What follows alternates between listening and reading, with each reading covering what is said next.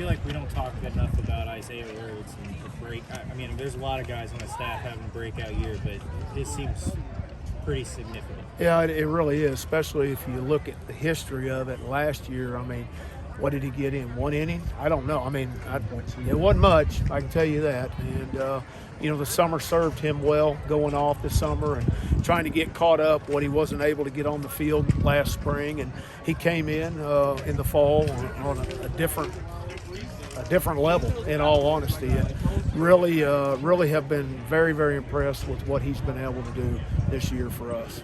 Talk about that at bat. I mean, or when he came in, bases were loaded, no outs. Yeah, if you look at all of them. I mean, we had 3 relievers that came in, inherited runners with nobody out. You had him that inherited bases loaded.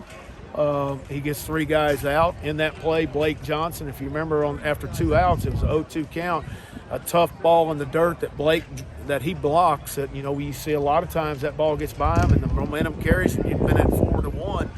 Blake makes a great block. Isaiah comes back with a breaking ball for strike 3 to end that threat and end that inning. Then you got Drew Boyd that also inherited 2 runners, first and second, nobody out, got out of it. And then Dalton Rogers there with the runner on first and nobody out, and he got out of it. So great job on our relievers, 6 inherited runners and none of them scored. What is it from just a stuff perspective with Isaiah, for him to go from having 1 inning last year to kind of being the go-to arm when you guys get to a jam? Well, I think it's more than anything, it's control.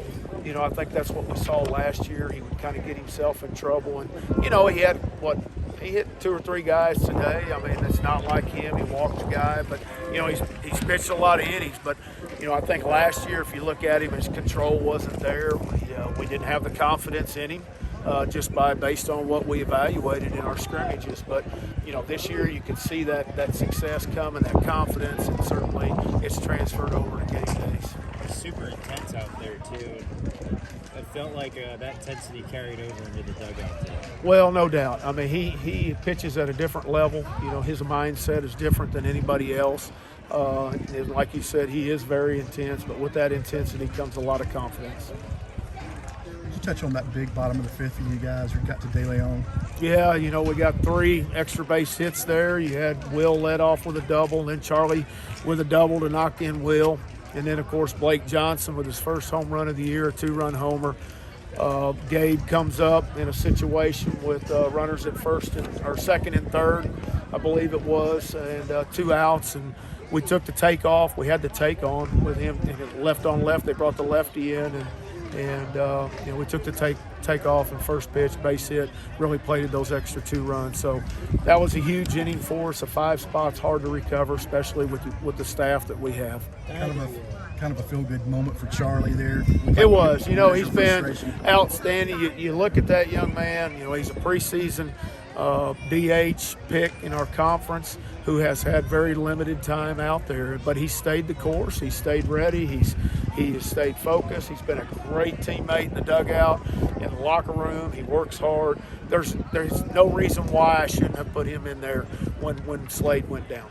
Kind of the same thing, feel-good moment for Blake coming off of that broken hand and finally putting one out. Well, and that's right. He ended the year last year in that regional and conference tournament really swinging the bat well, and started this year swinging it well. I think he was hitting 390 or something up there really high when he broke his hand, and 20 games later, he's back in the lineup and trying to bring him along. And, certainly he's had some really good at-bats in the past. And today, he showed up with that one there for the 2-run homer.